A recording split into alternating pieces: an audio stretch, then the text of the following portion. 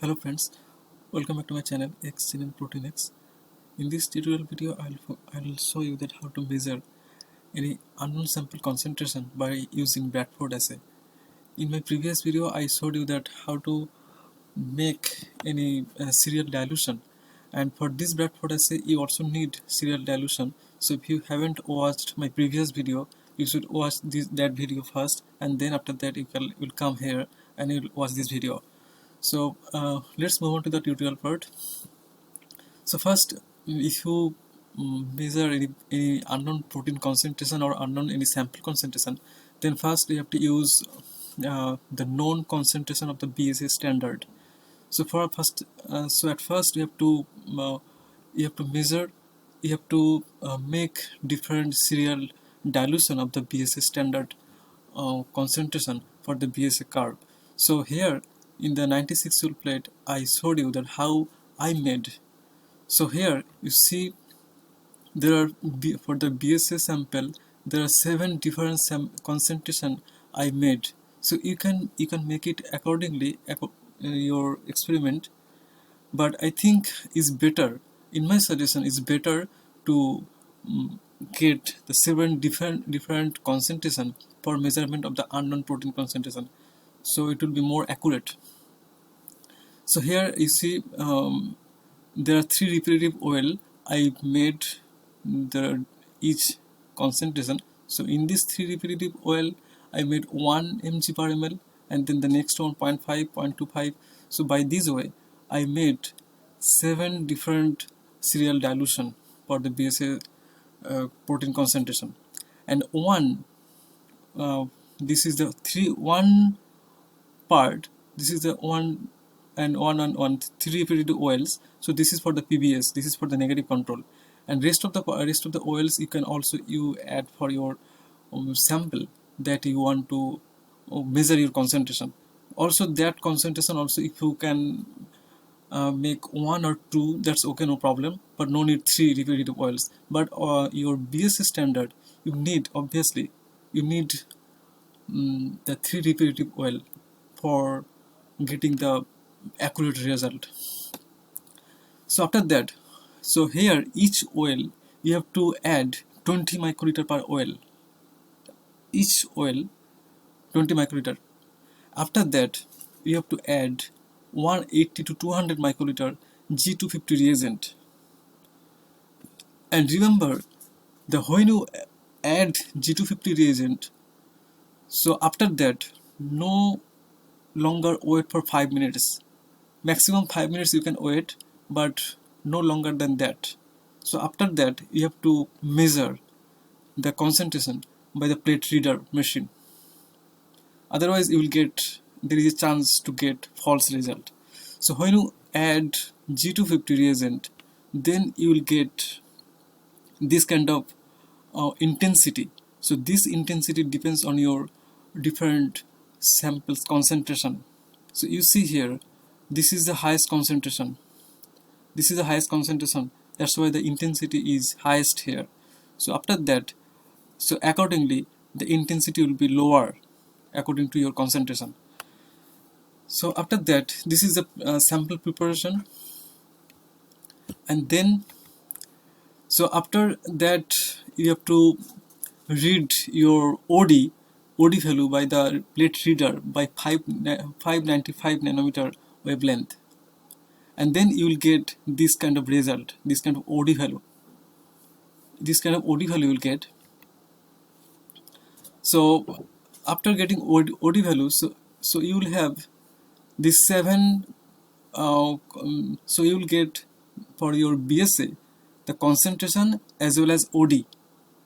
So by these two values, concentration and OD, you have to make one curve, that is the standard curve, and you have to use that standard curve for measuring your unknown protein sample concentration. Okay, let's move on to the Excel sheet. So here you see here, this is the 7 different concentration, the OD, the BSA, and this is the for PBS, this is the for negative control. But you see here for the negative control, also it's the OD value is little high. So that's why you have to reduce this background. This is actually background, so you have to reduce this OD value in your BSA OD value to get very accurate result. So let's do that. So first I have to average it. So first you can average it. Average. So you know how to do it. So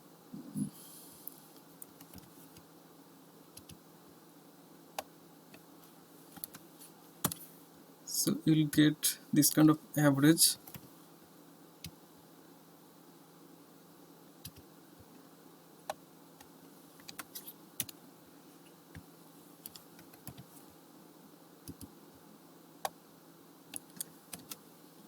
You can also do 5 different concentration for your measurement, but it's better to have around 7 different concentration to get the higher accuracy.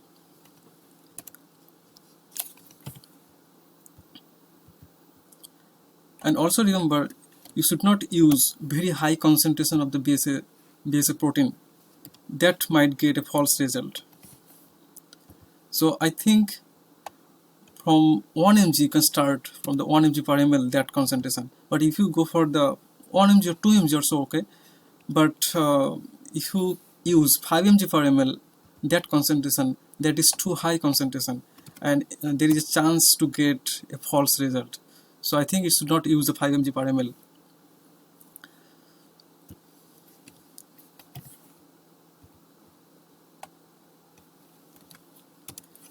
So right, so here I already got this kind of average, and after that this is the background. So you have to reduce, you have to this one, you have to reduce all of the BSA OD value minus this value. All right, so here I'll do that.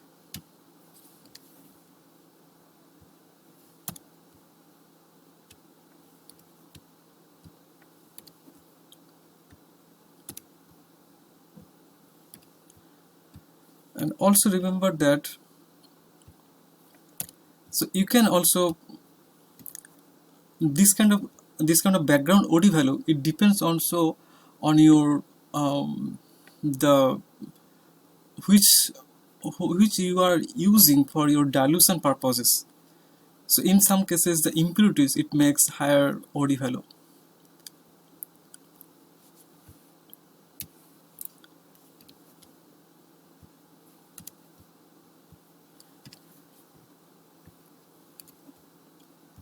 So alright, I almost done this part.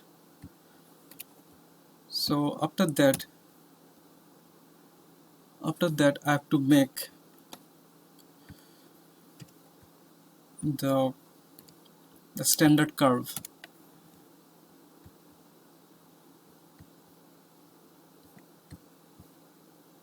So this should be 0.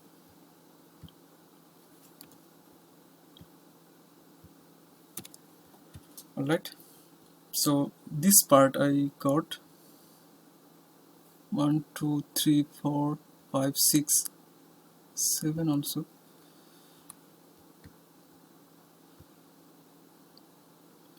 So 0.015 concentration, and this is, it should be minus. Right, so here we go. So you have to select this and insert, and then here, and here you go. So you get this kind of curve. So although this curve is not straight, so you'll not get your value from this curve.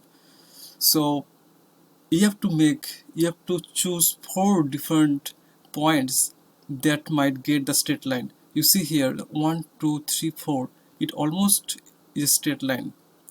So you can choose this 4 point to get a straight line curve. So here I will choose these 4.